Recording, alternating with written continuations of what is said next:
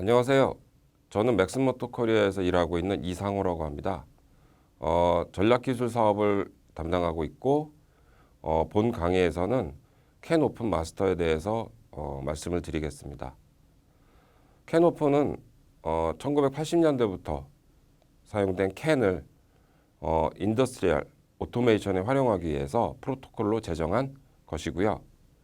현재 전 세계적으로 많이 사용을 되고 있으나 한국에서는 좀 고사양의 그 업체에서만 그 제품에서 주로 사용이 되고 있습니다. 캔오픈의 중요성은 현재 이더캣에서 대부분 적용되는 구현 방식이 이더캣 위에 캔오픈 프로토콜을 사용하는 COE 즉 캔오픈 오버 이더캣이라는 방법으로 많이 활용을 하고 있고요. 또한 이 때문에 캔오픈을 활용한 실제 디바이스들도 점차 국내에서도 많이 사용되고 있는 실정입니다. 저희 맥스모토 코리아, 제가 일하고 있는 맥스모토 코리아에서도 대부분 캔오픈 기반의 컨트롤러를 제공을 해드리고 있고요. 이와 함께 이더캣으로 확장된 제품들도 소개되고 있으며 다른 벤더들도 저희와 같은 길을 가지고 가고 있습니다. 이번 시간은 앞으로 이 해당 강좌에 대해서 어떤 방식으로 진행이 될지 그리고 캔오픈에 대해서 어떻게 처음에 저희가 소개를 할지에 대해서 말씀을 드리겠습니다.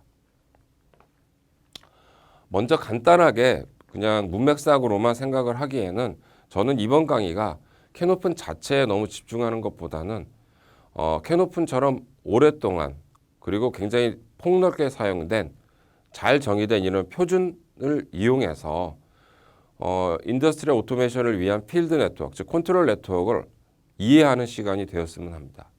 즉, 캔오픈처럼 잘 정의된 어떤 기술들을 가지고 일반적인 컨트롤 네트워크에서 필요한 요구사항이나 필수 기술적인 요소들을 이해해서 다른 네트워크로도 이용할 때 큰 어려움이 없이 이해하실 수 있게 하는 바람입니다. 일반적으로 좀 이건 좀 이론적인 이론적이라기보다 좀 아이디어란 내용이긴 한데요. 일반적으로 매니팩처링 오토메이션에 있어서는 좀 잘 보일지 모르겠네요. 최상위의 ERP, 엔터프라이즈 네트워크 레벨이 있고요. 그 다음에 데이터 마이닝을 위한 MES 레벨, 즉 서비스 레벨이 있고요. 그 다음에 세부 제조에 대한 기능을 정의한 컨트롤 레벨이 있습니다. 그리고 이 컨트롤 레벨 하위에 모터나 또는 다중 로봇이나 개별 IO들이 위치한 디바이스 레벨이 있습니다. 즉, 이 디바이스 레벨과 컨트롤 레벨을 주로 포함하는 영역이 우리가 생각하는 필드 네트워크 영역이고요.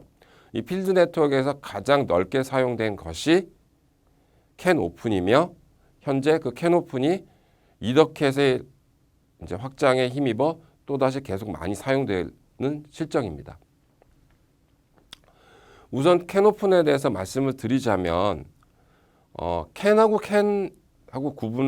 오픈하고 구분을 잘 못하시는 분도 있는데 캔은 전기적인 신호에 대한 표준입니다.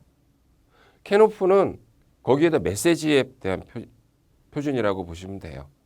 저희가 어떠한 SNS 텍스트 또 단문을 이더넷을 이용해서 보내는 것과 마찬가지로 그 경우에는 이더넷 카드가 있고 위에 TCP/IP 프로토콜이 있죠. 그 위에 우리가 어떤 어플리케이션들이 있고요. 그거와 마찬가지로 캔오픈은 메시지에 대한 어떤 방식, 규약이라고 생각하면 되고요. 캔은 정기적으로 어떻게 이 메시지를 정기적인 신호로 바꿔서 보내지는가에 대한 표준이라고 생각하시면 됩니다. 이 캔은 상당히 오래전부터 만들어졌는데요. 실제로 자동차를 위해서 만들었습니다. 아직도가 아니고 현재에도 대부분의 자동차에 ABS 브레이크나 수백 개의 센서들이 전부 이 캔으로 연결되어 있고요. 그리고 실시간으로 데이터를 수집하고 컨트롤을 하고 있습니다. 이 자동차에서는 굉장히 안전성이 문제가 되기 때문에 굉장히 엄격한 규정에 의해서 안정성과 그 다음에 퍼포먼스를 바탕으로 설계가 되어야 하는데요. 보시라는 자동차 부품으로 굉장히 큰 업체가 있습니다. 독일에. 주로 벤츠나 BMW의 부품을 만드는 업체고요. 이 캔이라는 것이 벤츠 S클래스의 ABS를 연결하기 위해서, 즉 80년대부터 ABS 시스템이 고급차에는 달려 있었거든요. 그 고급차에 들어가는 센서가 많아지니까 이것들을 네트워크로 어떻게 연결할까에 대한 표준을 만들다 보니 보쉬라는 업체가 벤츠라는 회사 그 자동차를 위해서 캔을 만들게 됩니다. 그리고 이 프로토콜에 대해서 이제 86년부터 공개를 하기 시작했고요. 그 다음에 필립스와 인텔에서 캔에 대한 컨트롤러 IC, 즉 이 해당 부분을 IC로 구현해서 실제 자동차에 적용하게 됩니다.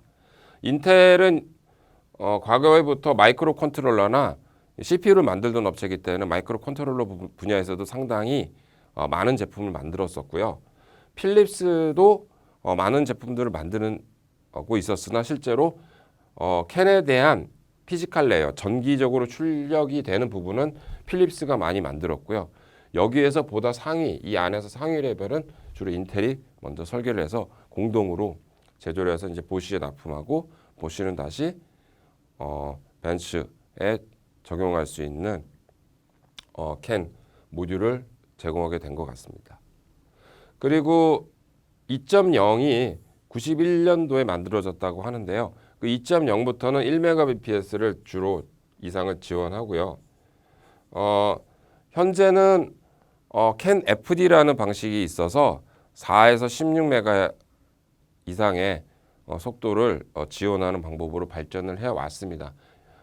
현재는 캔 FD가 지금 이제 조금씩 확장돼서 적용이 되고 있는 상태고요. 그리고 캔 오픈에 대해서 말씀을 드리자면 캔 오픈은 이러한 캔이 안정성이 필요한 자동차 영역에서 훌륭하게 적용이 된 걸 확인하고 오토메이션 영역에도 즉 제어 영역에도 적용하자고 만들어진 것 같습니다. 그래서 93년부터 제정을 했고요. 95년에 DSP301 이걸 CIA라고 하는데 캔인 오토메이션이라고 해서 CIA라고 부르기도 하고요. DSP라고도 부르기도 합니다. 이 스펙 넘버 앞에요. 301이 기본적인 통신에 대한 메시지 방법을 규정한 것이고요. 그리고 DSP401이 디바이스 I/O에 대한 통신 방법을 규정한 것입니다.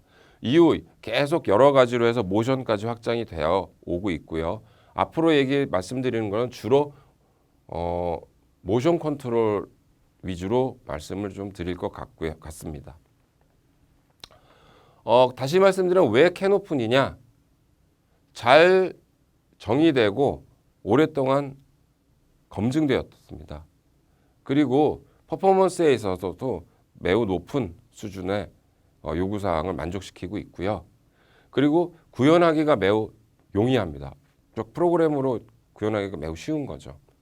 그리고 현재 이더캣에서 상위 개념의 어떤 프로토콜로 계속 활용이 되고 있습니다. 주로 이더캣 디바이스들을 살펴보면 COE를 지원해서 운영이 된다라고는 설명을 볼 수가 있고요. 이제 앞으로 어떻게 저희 그 강좌를 진행할 것인가에 말씀을 드리겠습니다. 처음에 일반적으로 네트워크 시스템에 대한 이해를 하고요. 그 다음에 세부적인 캔 오픈 프로토콜에 대해서 논의를 드리고요. 그 다음에 일반적인 마스터, 즉 소프트웨어로 구현되기 위한 마스터 아키텍처와 것들에 대한 요구사항, 그리고 실제 임플리멘팅에 대한, 즉 프로그램에 대한 팁을 제공해 주는 것으로 본 강좌를 진행하겠습니다. 그럼 다음 강좌부터 실제 내용을 논의해 보도록 하겠습니다.